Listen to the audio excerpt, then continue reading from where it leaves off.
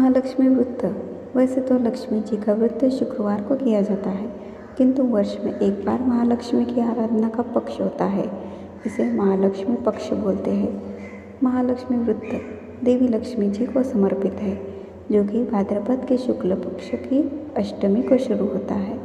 इस दिन को राधा अष्टमी के रूप में भी मनाया जाता है, क्योंकि इस दिन देवी राधा का जन्म हुआ था और 16 दिनों तक चलता है। अर्थात आश्विन माह के कृष्ण पक्ष की अष्टमी तिथि को उसका समापन या उद्यापन किया जाता है। इस व्रत में माँ लक्ष्मी के 8 स्वरूपों यानी आदि लक्ष्मी, धन लक्ष्मी, धान्य लक्ष्मी, गजलक्ष्मी, संतान लक्ष्मी, वीर लक्ष्मी, विजय लक्ष्मी, विद्या लक्ष्मी का विधि विधान से पूजन किया जाता है। महालक्ष्मी व्रत का पूजन विधि। सर्वप्रथम प्रातःकाल स्नानादि से निवृत्त होकर अपने घर के मंदिर में ही या उसके आसपास लकड़ी के पटरे या चौकी पर लाल कपड़ा बिछाकर उस पर कलश स्थापना करें। कलश को कलावे से बांधे। कच्चा नारियल और आम के पत्तों के स्थान पर 8 पान के पत्ते नारियल के नीचे रखें, जो अष्टलक्ष्मी के प्रतीक है, और महालक्ष्मी की मूर्ति रखें। लक्ष्मी जी के विशेष मंत्रों से माँ का आह्वान करें। इन दिनों में माँ की अष्ट सिद्धियों की पूजा लक्ष्मी के रूप में होती है। घर में पति पत्नी दोनों ही पूजा एवं व्रत कर सकते हैं। नियमित रूप से सफ़ेद मिष्टान्न, किशमिश, मिश्री अथवा पंचमेवा का भोग लगाएं। इस दिन ब्रह्म मुहूर्त में उठकर सभी कामों से निवृत्त होकर साफ सुथरे वस्त्र धारण कर लें। अब एक चौकी में महालक्ष्मी की मूर्ति स्थापित करें। स्थापना के बाद पंचामृत से स्नान कराएं। इसके बाद सिंदूर, कुमकुम आदि लगाएं। फूल माला के साथ 16 श्रृंगार चढ़ाएं। एक पान में लौंग, बताशा, 1 रुपया, छोटी इलायची रखकर चढ़ा दें। प्रतिदिन 16 धूप व 16 गेहूं की डोरे को चढ़ाएं। भोग में मिठाई आदि चढ़ा दें। इसके बाद जल अर्पित करके धूप और दीपक जला लें।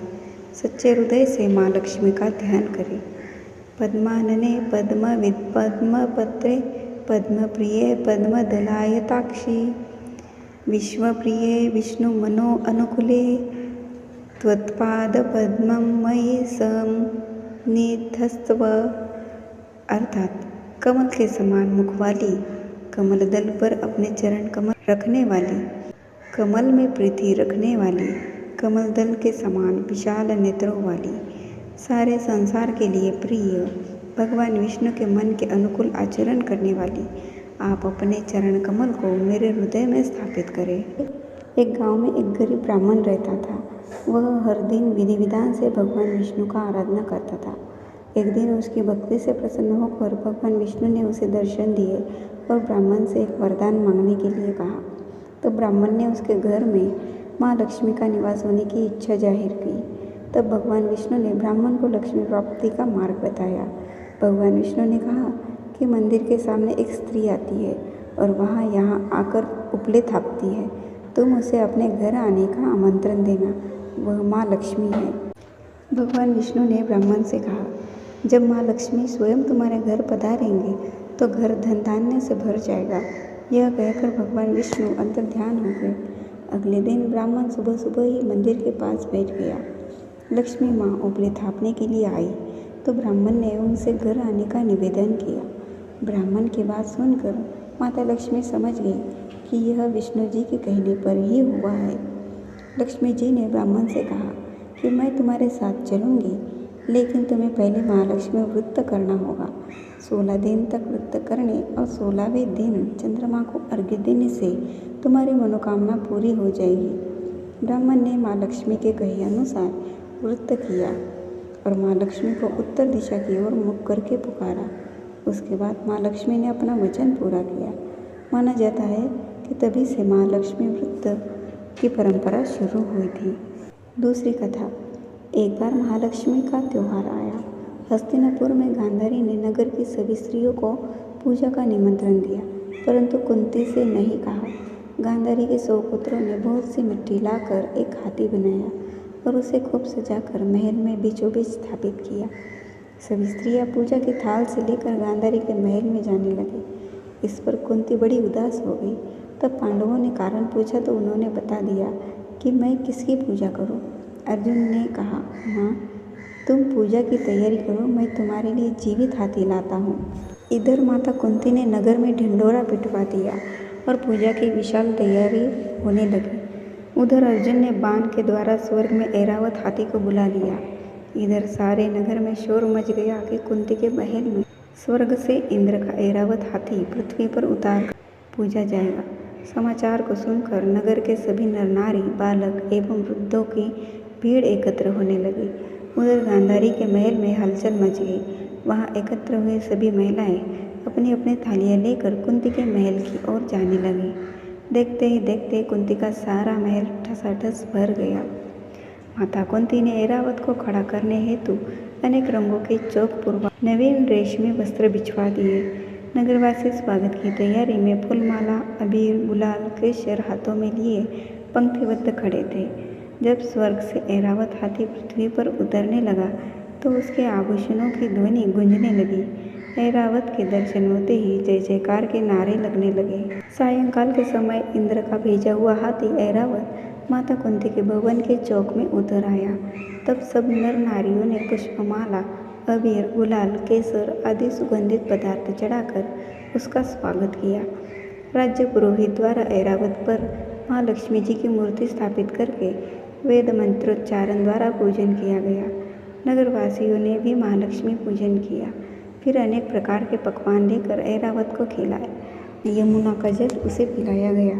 राज्य पुरोहित द्वारा स्वस्ति वाचन करके महिलाओं द्वारा महालक्ष्मी का पूजन कराया गया।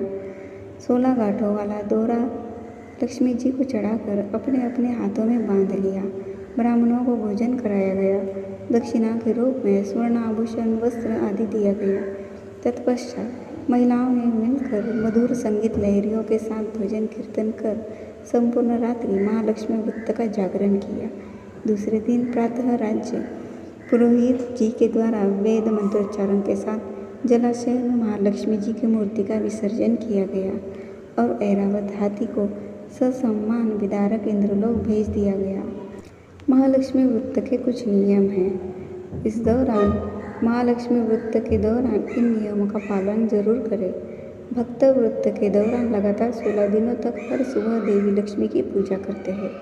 मान्यता के अनुसार भाद्रपद की शुक्ल अष्टमी के दिन स्नान करके 16 सूत के धागों का डोरा बनाए, उसमें 16 गांठ लगाए, हल्दी से पीला करें और फिर माँ लक्ष्मी के चरणों में रखें और पूजा के बाद अपने बाएं हाथ में पहन लें। 16 की संख्या में प्रसाद रखें। देवी लक्ष्मी की पूजा के बाद 16 दुर्वा घास को एक साथ बांध जाता है। इसे पानी में डुबोकर शरीर पर छिड़का जाता है। पूजा के अंत में महालक्ष्मी व्रत कथा का पाठ किया जाता है।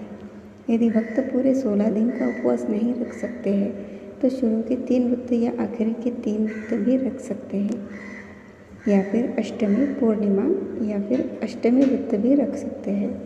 इन 16 दिनों की अवधि के दौरान मांसाहारी और तामसिक भोजन नहीं करते हैं। 16 दिनों तक ब्रह्मचर्य का पालन करें। झूठ, फरेब, चुगली आदि से बचें। दिन भर निराहार रहे और शाम के समय तारों को जल देकर फलाहार खाएं। व्रत के अंतिम दिन कलश की पूजा की जाती है। यह पानी कुछ सिक्कों और अक्षत से भरा होता है। कलश पर आम या पान के पत्तों रखे जाते हैं, जिसके ऊपर नारियल रखा जाता है। कलश पर चंदन, हल्दी का लेप और कुमकुम लगाया जाता है। कलश में नए कपड़े का एक टुकड़ा बांधा जाता है। पूजा स्थल के आसपास साफ सफाई रखें और घर भी गंदा ना